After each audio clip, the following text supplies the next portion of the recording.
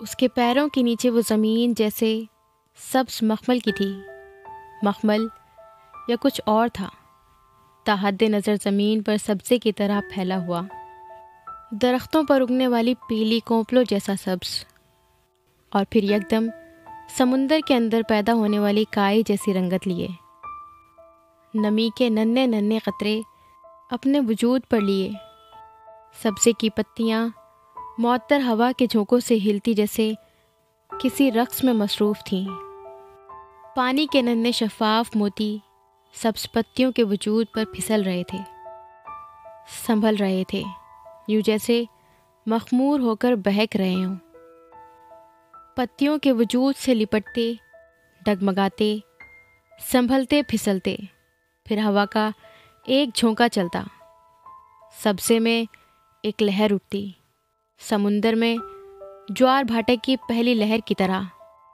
رقص کرتی، لہراتی، وہ سبزے کو سہلاتی، بہلاتی، ایک عجیب سی سرشاری میں مبتلا کرتی، ایک طرف سے دوسری طرف گزر جاتی، زمین جیسے رقص کرنے میں مصروف تھی، سبزے کا وجود ننھے ننھے پھولوں سے سجا ہوا تھا، ہر رنگ کے پھولوں سے، اتنے رنگ اور ایسے رنگ جو نظر کو ششدر کر دیں، سبزے کے وجود پر بکھرے وہ ننھے ننھے پھول یہاں سے وہاں ہر جگہ تھے، سبزے میں ہوا سے پیدا ہونے والی ہر لہر اور ہر موج کے ساتھ وہ بھی عجیب مستی اور عجیب سرشاری سے رقص کرنے لگتے، آسمان صاف تھا، آنکھوں کو سکون دینے والا ہلکا نیلا، اور اب بھی کسی گنبد کی طرح پھیلا ہوا، گہرا، اونچا، بہت اونچا، یہاں سے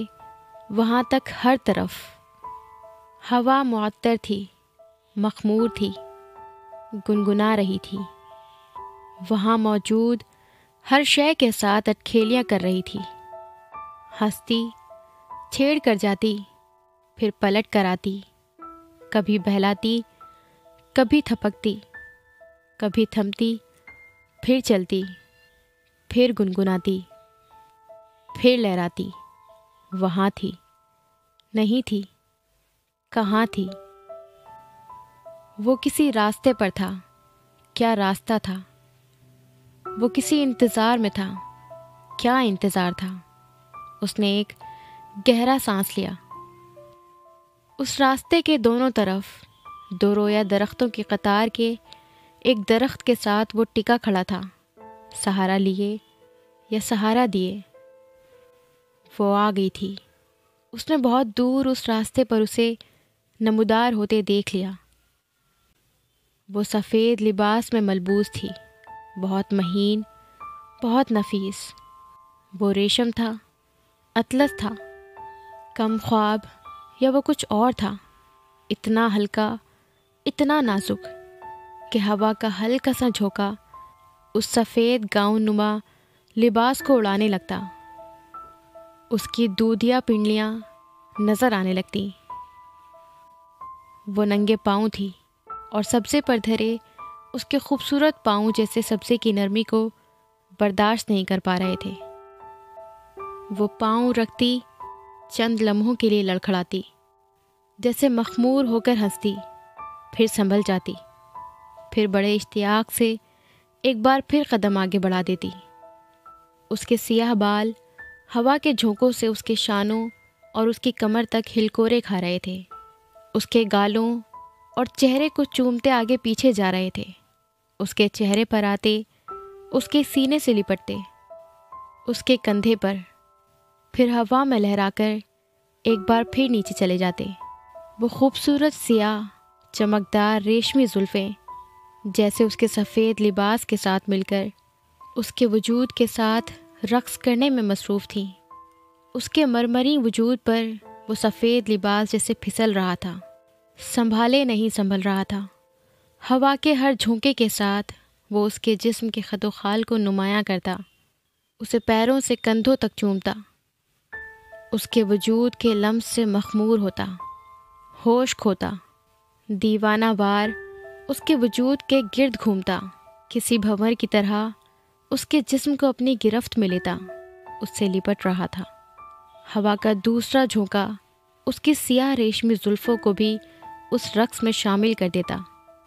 وہ اس کے کندھوں اور کمر پر والہانہ انداز میں پھسلتیں، ہوا میں ہلکا سا اڑتیں، پھر نرمی اور ملائمت سے اس کے چہرے اور سینے پر گرتیں، اس کے وجود سے پھوٹتی خوشبو سے یکدم سرشار ہوتی، پھر اس کے جسم کو جیسے اپنے وجود سے چھپانے کی کوشش کرنے لگتی۔ ہوا کا ایک اور جھونکا انہیں ہولے سے اٹھا کر پھر پیچھے پھینک دیتا۔ اس رقص میں اب پھر اس کے سفید لباس کی باری تھی۔ وہ آگے بڑھایا، وہ اس کی طرف متوجہ نہیں تھی۔ وہ عجیب سی حیرت میں مبتلا وہاں کی ہر شے کو سحر زدہ انداز میں دیکھ رہی تھی، بچوں جیسی حیرت اور اشتیاق کے ساتھ۔ اس راستے پر چلتے چلتے اس نے اسے دیکھ لیا، اس کے قدم تھمے، دونوں کی نظریں ملیں، پھر اس کے چہرے پر بے ساختہ مسکراہٹ آئی، پہلے مسکراہٹ، پھر ہنسی۔ اس نے اسے پہچان لیا تھا، وہاں موجود وہ واحد وجود تھا جسے وہ پہچانتی تھی۔ اس نے ہاتھ بڑھایا، وہ اس کا ہاتھ تھام کر اس کے قریب آ گئی۔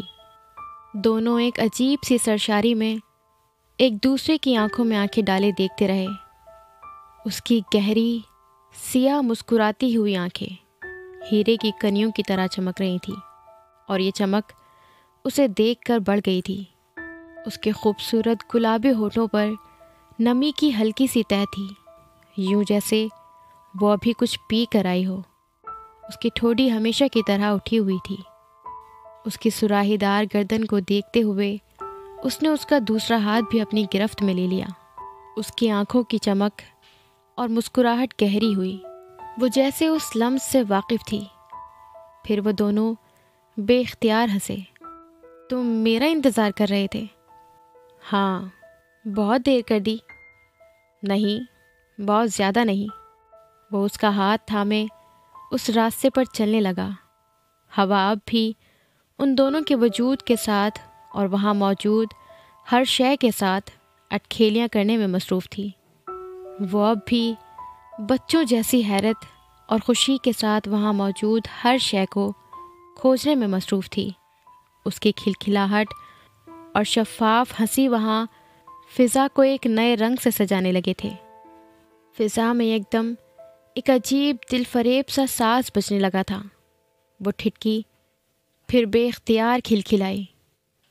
اس کے ہاتھ سے ہاتھ چھڑاتے ہوئے اس نے اس راستے پر قدم آگے بڑھائے، پھر مرد نے اسے دونوں بازو ہوا میں پھیلائے رقص کے انداز میں گھومتے دیکھا۔ وہ بے اختیار ہنسا۔ وہ اس راستے پر کسی ماہر بیلیرینا کی طرح رقص کرتی دور جا رہی تھی۔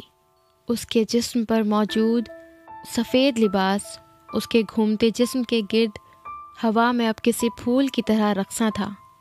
وہ اب آہستہ آہستہ ہوا میں اٹھنے لگی تھی۔ ہوا کے معطر جھونکے بڑی نرمی سے اسے جیسے اپنے ساتھ لیے جا رہے تھے۔ وہ اب بھی اسی طرح ہنستی رقص کے انداز میں بازو پھیلائے گھوم رہی تھی۔ وہ سحر زدہ اسے دیکھتا رہا۔ وہ اب کچھ گنگنا رہی تھی۔ فضا میں یکدم کوئی ساز بجنے لگا تھا، پہلے ایک، پھر دوسرا، اور پھر بہت سارے۔ پوری کائنات یکدم جیسے کسی سمفنی میں ڈھل گئی تھی، اور وہ اب بھی ہوا میں رقصاں تھی۔ کسی مخملی پر کی طرح ہوا کے دوش پر اوپر نیچے جاتے۔ وہ سحر زدہ اسے دیکھ رہا تھا۔ اس کی ساتھی رقص کرتے ہوئے ایک بار پھر اسے دیکھ کر کھلکھلا کر ہنسی۔ پھر اس نے اپنا ایک ہاتھ بڑھایا، یوں جیسے اسے اپنے پاس آنے کی دعوت دے رہی ہو۔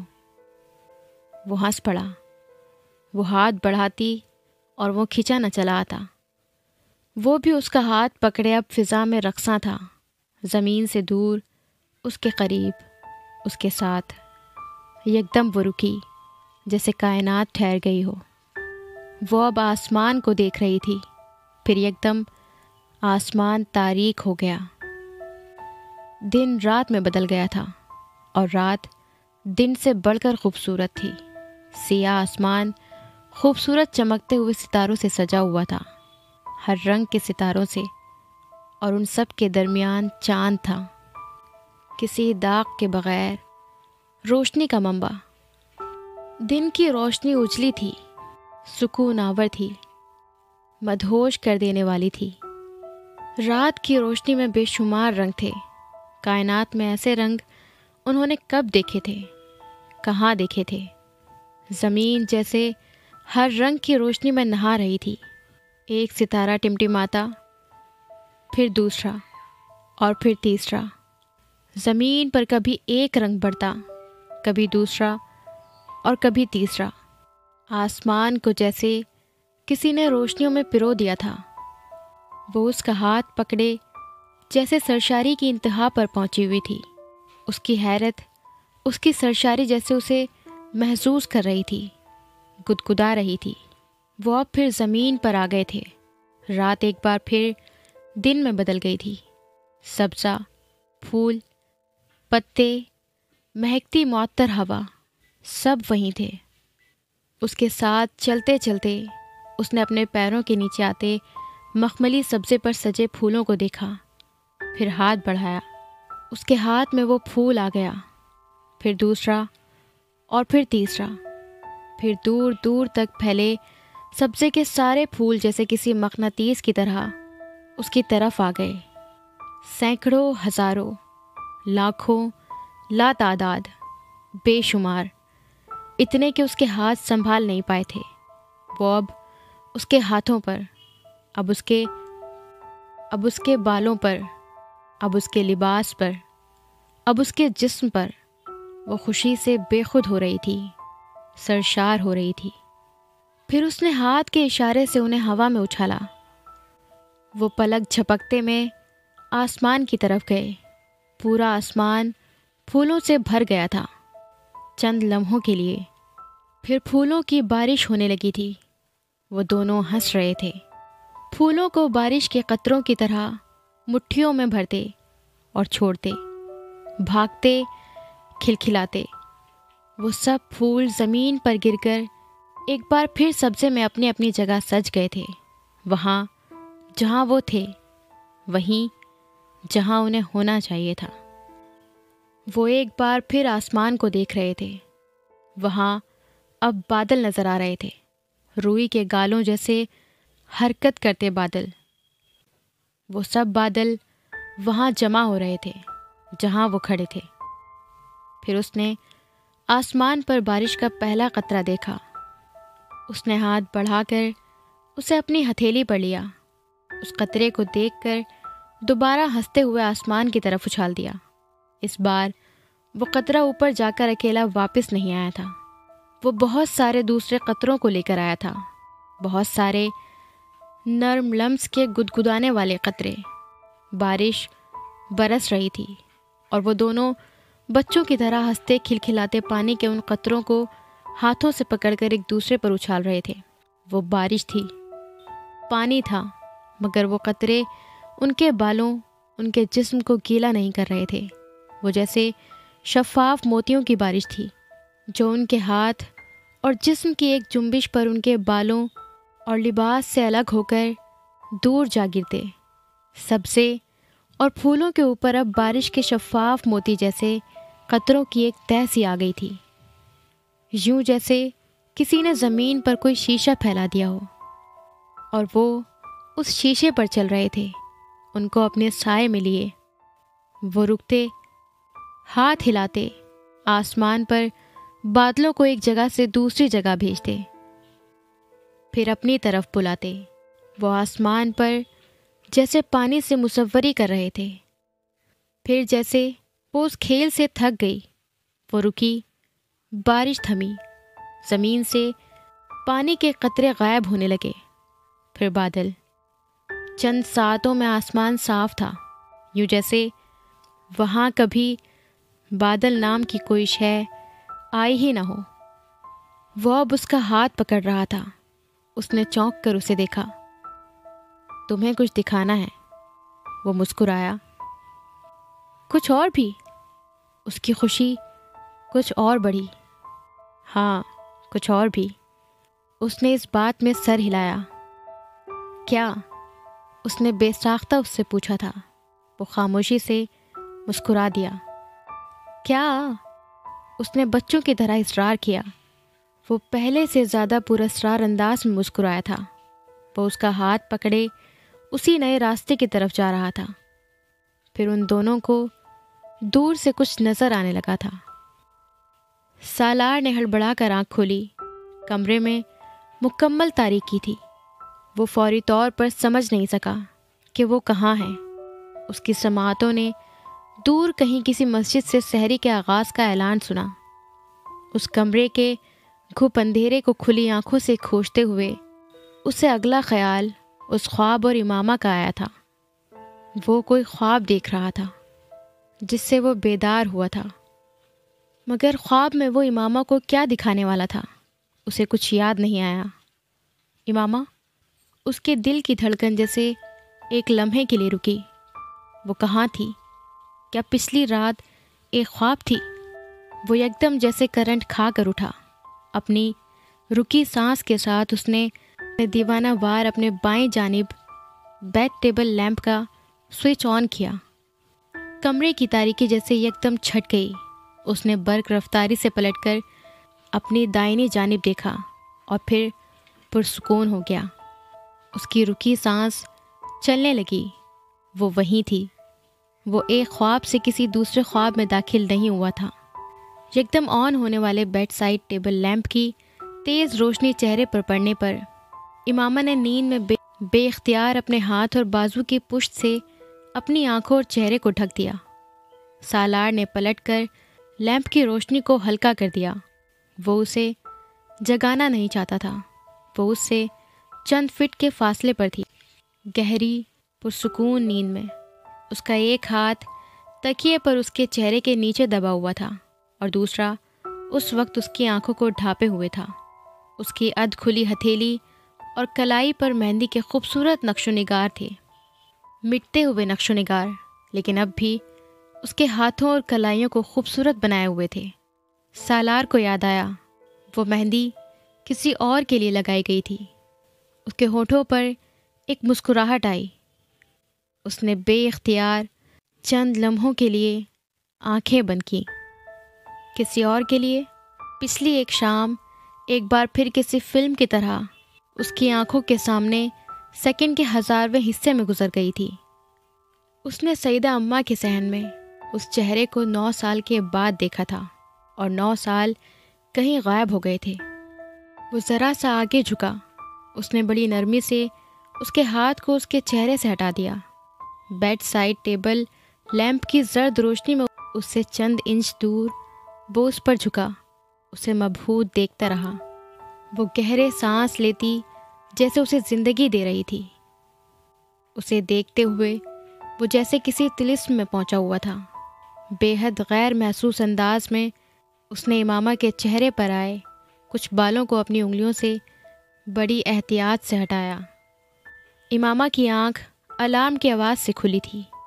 مندھی آنکھوں کے ساتھ اس نے لیٹے لیٹے بیڈ سائڈ ٹیبل پر پڑے اس الارم کو بند کرنے کی کوشش کی، لیکن الارم کلاک بند ہونے کے بجائے نیچے کارپیٹ پر گر گیا۔ امامہ کی نیند یکدم غائب ہوئی تھی۔ الارم کی آواز جیسے اس کے اعصاب پر سوار ہونے لگی تھی۔ وہ کچھ جھلا کر اٹھی تھی۔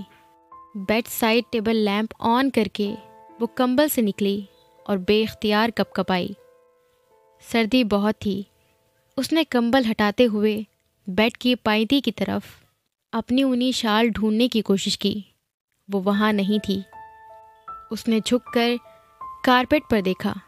اسے یاد آیا کہ شال رات کو صوفے پر رکھی تھی، لیکن اس وقت وہ بیڈ روم سے نکلنے کی ہمت نہیں کر پائی۔ الارم اب بھی بج رہا تھا، مگر نظر اب بھی نہیں آ رہا تھا۔ اس کی جھنجھلاہٹ بڑھ گئی تھی۔ تبھی اس نے اچانک کوئی خیال آنے پر سالار کے بستر کو دیکھا۔ وہ خالی تھا۔ اسے جیسے یکدم یاد آیا کہ وہ کہاں تھی۔ جھنجھلاہٹ یکدم غائب ہوئی اور ساتھ ہی الارم کی آواز بھی۔ یہ سحری کا وقت تھا۔ امامہ سالار کے گھر پر تھی اور یہ اس کی نئی زندگی کا پہلا دن تھا۔ وہ دوبارہ اپنے بیڈ پر بیٹھ گئی۔ کمبل کے ایک کونے سے اس نے اپنے کندھے ڈھانپنے کی کوشش کی۔ اس کے جسم کی کپ کپاہٹ کچھ کم ہوئی۔ اس نے پہلی بار اپنے بیڈ سائڈ ٹیبل پر پڑی چیزوں کو غور سے دیکھا۔ وہاں رات کو سالار نے گھڑی رکھی تھی، لیکن اب وہاں نہیں تھی۔ ایک چھوٹا رائٹنگ پیڈ اور پین بھی تھا۔ پاس ہی کارڈلیس فون تھا۔ پانی کی ایک چھوٹی بوتل بھی وہیں تھی، اور اس کے پاس اس کا سیل پڑا تھا۔ اسے ایک بار پھر الارم کلاک کا خیال آیا۔ اسے یاد تھا کہ اس نے الارم نہیں لگایا تھا۔ یہ کام سالار کا تھا۔ شاید اس نے اپنے لیے الارم لگایا تھا۔ پھر جیسے اس کے ذہن میں ایک جھماکا سا ہوا۔ بیڈ کی وہ سائڈ جو رات کو اس نے سونے کے لیے منتخب کی تھی، وہ سالار کا بستر تھا۔ وہ عادتاً دائیں طرف گئی تھی، اور سالار اسے روک نہیں سکا۔ وہ کچھ دیر چپ چاپ بیٹھی رہی۔ پھر اس نے بے حد ڈھیلے انداز میں اپنا سیل فون اٹھا کر ٹائم دیکھا، اور جیسے کرنٹ کھا کر اس نے کمبل اتار پھینکا۔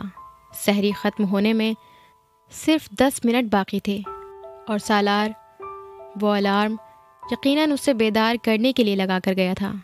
اسے بے ساختہ غصہ آیا۔ وہ اسے خود بھی جگا سکتا تھا۔ جب تک وہ کپڑے تبدیل کر کے لاؤنج میں گئی، اس کا غصہ غائب ہو چکا تھا۔ کم از کم آج وہ اس سے خوشگوار موڈ میں ہی سامنا چاہتی تھی۔ سٹنگ ایریا کے ڈائننگ ٹیبل پر سحری کے لیے کھانا رکھا تھا۔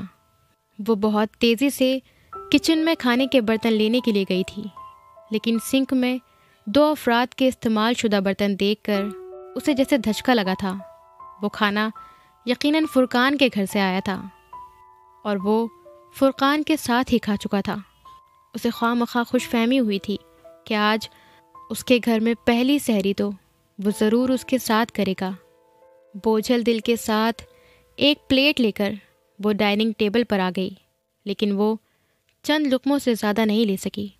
اسے کم از کم آج اس کا انتظار کرنا چاہیے تھا۔ اس کے ساتھ کھانا کھانا چاہیے تھا۔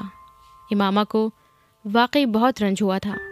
چند لقموں کے بعد ہی وہ بڑی بے دلی سے ٹیبل سے برتن اٹھانے لگی۔ برتن دھوتے دھوتے اذان ہونے لگی تھی جب اسے پہلی بار خیال آیا کہ سالار گھر میں نظر نہیں آ رہا۔ اپنے ہاتھ میں موجود پلیٹ دھوتے دھوتے وہ اسے اسی طرح سنک میں چھوڑ کر باہر آ گئی۔ اس نے سارے گھر میں دیکھا، وہ گھر میں نہیں تھا۔ پھر کچھ خیال آنے پر وہ بیرونی دروازے کی طرف آئی۔ دروازہ مقفل تھا، لیکن ڈور چین ہٹی ہوئی تھی۔ وہ یقیناً گھر پر نہیں تھا۔ کہاں تھا؟ اس نے نہیں سوچا تھا۔ اس کی رنجیدگی میں اضافہ ہوا۔ وہ اس کی شادی کے دوسرے دن اسے گھر پر اکیلا چھوڑ کر کتنی بے فکری سے غائب ہو گیا تھا۔ اسے پچھلی رات کی ساری باتیں جھوٹ کا پلندہ لگی تھی۔ واپس کچن میں آ کر وہ کچھ دیر بے حد دل شکستگی کی کیفیت میں سنک میں پڑے برتنوں کو دیکھتی رہی۔ وہ محبوبہ سے بیوی بن چکی تھی، مگر اتنی جلدی تو نہیں۔ ناز برداری نہ سہی، خیال تو کرنا چاہیے۔ اس کی آزردگی میں کچھ اور اضافہ ہوا تھا۔ چند گھنٹوں کے اندر کوئی اتنا بدل سکتا ہے، مگر رات کو تو وہ اس کی رنجیدگی بڑھتی جا رہی تھی۔ یقیناً سب کچھ جھوٹ ہی کہہ رہا ہوگا، ورنہ میرا کچھ تو خیال کرتا۔ وہ رنجیدگی اب صدمے میں بدل رہی تھی۔ وہ نماز پڑھ چکی تھی، اور سالار کا ابھی بھی کہیں نام و نشان نہیں تھا۔ اسے تھوڑی سی تشویش ہوئی۔ اگر وہ فجر کی نماز کے لیے بھی گیا تھا تو اب تک تو اسے آ جانا چاہیے تھا۔ پھر اس نے اس تشویش کو سر سے جھٹک دیا تھا۔ سالار جس وقت دوبارہ اپارٹمنٹ میں آیا وہ گہری نیند میں تھی۔ بیڈ روم کی لائٹ آف تھی اور ہیٹر آن تھا۔ وہ اور فرقان فجر کی نماز سے بہت دیر پہلے مسجد میں چلے جاتے اور قرآن پاک کی تلاوت کرتے تھے۔ فجر کی نماز کے بعد وہ دونوں وہیں سے بلڈنگ کے جم میں چلے جاتے اور تقریباً 1 گھنٹے کے ورک آؤٹ کے بعد وہاں سے آتے۔ اور آج یہ دورانیہ آمنہ کی امامہ ہونے کی وجہ سے کچھ لمبا ہو گیا تھا۔ فرقان سحری کے وقت ان دونوں کے لیے کھانا لے کر آیا تھا، اور وہ بھوچکا بیٹھا رہ گیا تھا۔ وہ رات کو سالار کے جس بیان کو صدمے کی وجہ سے ذہنی حالت میں ہونے والی کسی خرابی کا نتیجہ سمجھ رہا تھا، وہ کوئی ذہنی خرابی نہیں تھی۔ وہ اطمینان سے اس کے سامنے بیٹھا سحری کر رہا تھا اور فرقان اسے رشک سے دیکھ رہا تھا۔ رشک کے علاوہ کوئی اس پر کر بھی کیا سکتا تھا؟ کیا ہوا؟ سالار نے سحری کرتے ہوئے اس کی اتنی لمبی خاموشی پر اسے کچھ حیرانی سے دیکھا۔ فرقان اس کے سامنے بیٹھا یک تک اسے دیکھ رہا تھا۔ تم آج اپنی نظر اتروانا، فرقان نے بالآخر اس سے کہا۔ اچھا، وہ ہنس پڑا۔ اس سے زیادہ احمقانہ بات کم از کم اس گفتگو کے بعد کوئی نہیں کر سکتا تھا۔ میں مذاق نہیں کر رہا، فرقان نے اپنے گلاس میں پانی انڈیلتے ہوئے بے حد سنجیدگی سے کہا۔ جو کچھ ہوا تھا اسے سمجھنے سے زیادہ اسے ہضم کرنے میں اسے دقت ہو رہی تھی۔ کسی کو بھی ہو سکتی تھی سوائے سامنے بیٹھے ہوئے اس شخص کے، جو اس وقت کانٹے کے ساتھ آملیٹ کا آخری ٹکڑا اپنے منہ میں رکھ رہا تھا۔ اور اگر کوئی صدقہ وغیرہ دے سکو تو اور بھی بہتر ہے۔ فرقان نے اس کے رد عمل کو مکمل طور پر نظر انداز کرتے ہوئے کہا۔ سالار اب بھی خاموش رہا۔ آمنہ سحری نہیں کرے گی؟ فرقان کو ایک دم خیال آیا۔ سو رہی ہے وہ ابھی، میں الارم لگا آیا ہوں، ابھی کافی وقت ہے سحری کا ٹائم ہونے میں، سالار نے کچھ لاپرواہی سے اس سے کہا۔ فرقان اب بس کرو۔ اس سے بات کرتے کرتے وہ ایک بار پھر فرقان کی نظروں سے جھنجھلایا۔ وہ پھر اسے ویسے ہی دیکھ رہا تھا۔ مجھے اس طرح آنکھیں پھاڑ کر دیکھنا بند کرو، اس نے اس بار کچھ خفگی سے فرقان سے کہا۔ تم بہت نیک آدمی ہو سالار، اللہ تم سے بڑا خوش ہے۔ وہ آملیٹ کا ایک اور ٹکڑا لیتے لیتے فرقان کی بات پر ٹھٹک گیا۔ اس کی بھوک ایک دم ختم ہو گئی تھی۔ مزید ایک لفظ کہے بغیر اس نے پلیٹ پیچھے ہٹا دی اور اپنے برتن اٹھا کر اندر کچن میں لے گیا۔ وہ خوشی، سرشاری، اطمینان اور سکون جو کچھ دیر پہلے جیسے اس کے پورے وجود سے جھلک رہا تھا، فرقان نے پلک جھپکتے اسے دھواں بن کر غائب ہوتے دیکھا۔ مسجد کی طرف جاتے ہوئے فرقان نے بالآخر اس سے پوچھا تھا، اتنے چپ کیوں ہو گئے ہو؟ وہ اسی طرح خاموشی سے چلتا رہا۔ میری کوئی بات بری لگی ہے؟ وہ اب بھی خاموش رہا۔ مسجد کے دروازے پر اپنے جوکرز اتار کر اندر جانے سے پہلے اس نے فرقان سے کہا، مجھے تم سب کچھ کہہ لینا فرقان، لیکن کبھی نیک آدمی مت کہنا۔ فرقان کچھ بول نہیں سکا۔ سالار مسجد میں داخل ہو گیا تھا۔ امامہ کی آنکھ 11 بجے سیل فون پر آنے والی ایک کال سے کھلی تھی۔ وہ ڈاکٹر سبتے علی تھے۔ ان کی آواز سنتے ہی اس کا دل بھر آیا تھا۔ میں نے آپ کو نیند سے جگا دیا، وہ معذرت خانہ انداز میں بولے۔ انہوں نے اس کی رندھی ہوئی آواز پر غور نہیں کیا تھا۔ نہیں، میں اٹھ گئی تھی، اس نے بستر سے اٹھتے ہوئے جھوٹ بولا۔ وہ اس کا حال احوال پوچھتے رہے۔ وہ بڑے بوجھل دل کے ساتھ تقریباً خالی و ذہنی کے عالم میں ہوں ہاں میں جواب دیتی رہی۔ چند منٹ اور بات کرنے کے بعد انہوں نے فون بند کر دیا۔ کال ختم کرتے ہوئے اس کی نظر اپنے سیل فون میں چمکتے اس کے نام پر پڑی تھی۔ وہ چونک اٹھی۔ اسے فوری طور پر یاد نہیں آیا کہ اس نے سالار کا نام اور فون نمبر کب محفوظ کیا تھا۔ یقیناً یہ بھی اسی کا کارنامہ ہوگا۔ اس نے اس کا SMS پڑھنا شروع کیا۔ پلیز جاگنے کے بعد مجھے میسج کرنا، مجھے ضروری بات کرنی ہے۔ اسے نہ جانے کیوں اس کا میسج پڑھ کر غصہ آیا۔ بڑی جلدی یاد آ گئی میں، وہ میسج کا ٹائم چیک کرتے ہوئے بڑبڑائی۔ وہ شاید 10:50 پر آیا تھا۔ اگر آفس جاتے ہوئے اسے میں یاد نہیں آئی تو آفس میں بیٹھ کر کیسے آ سکتی ہوں؟ وہ اس وقت اس سے جی بھر کر بدگمان ہو رہی تھی اور شاید ٹھیک ہو رہی تھی۔ وہ پچھلی رات اس کے لیے چیف گیسٹ تھی اور اگلی صبح وہ اس کے ساتھ بن بلائے مہمان جیسا سلوک کر رہا تھا۔ کم از کم امامہ اس وقت یہی محسوس کر رہی تھی۔ وہ اس وقت وہ باتیں سوچ رہی تھی جو سالار کے وہم و گماں میں بھی نہیں تھی۔ وہ کچھ عجیب انداز میں خود ترسی کا شکار ہو رہی تھی۔ اس نے کمبل طے کرتے ہوئے بستر ٹھیک کیا اور بیڈ روم سے باہر نکل آئی۔ اپارٹمنٹ کی خاموشی نے اس کی اداسی میں اضافہ کیا تھا۔ کھڑکیوں سے سورج کی روشنی اندر آ رہی تھی۔ کچن کے سنک میں وہ برتن ویسے ہی موجود تھے جس طرح وہ چھوڑ کر گئی تھی۔ وہ بے حد بے دلی سے اپنے کپڑے نکال کر نہانے کے لیے چلی گئی۔ واش روم سے باہر نکلتے ہی اس نے سب سے پہلے سیل فون چیک کیا۔ وہاں کوئی میسج تھا اور نہ کوئی مسڈ کال۔ چند لمحے سیل فون پکڑے بیٹھی رہی، پھر اس نے اپنی ساری انا اور سارے غصے کو بالائے طاق رکھ کر اسے میسج کر دیا۔ اس کا خیال تھا وہ اسے فوراً کال کرے گا، لیکن اس کا یہ خیال غلط ثابت ہوا تھا۔ 5 منٹ، 10 منٹ، 15 منٹ، اس نے اپنی انا کو کچھ اور مٹی کرتے ہوئے اسے میسج کیا۔ بعض دفعہ میسج پہنچتے بھی تو نہیں ہیں۔ اس نے اپنی عزت نفس کی ملامت سے بچنے کے لیے بے حد کمزور تعویل تلاش کی۔ آج کل ویسے بھی نیٹ ورک اور سگنلز کا اتنا زیادہ مسئلہ ہے۔ عزت نفس نے اسے جواباً ڈوب مرنے کے لیے کہا تھا۔ ارے بیٹا، میں تو کب سے تمہارے فون کے انتظار میں بیٹھی ہوں، تمہیں اب یاد آئی ہے سعیدہ اماں کی؟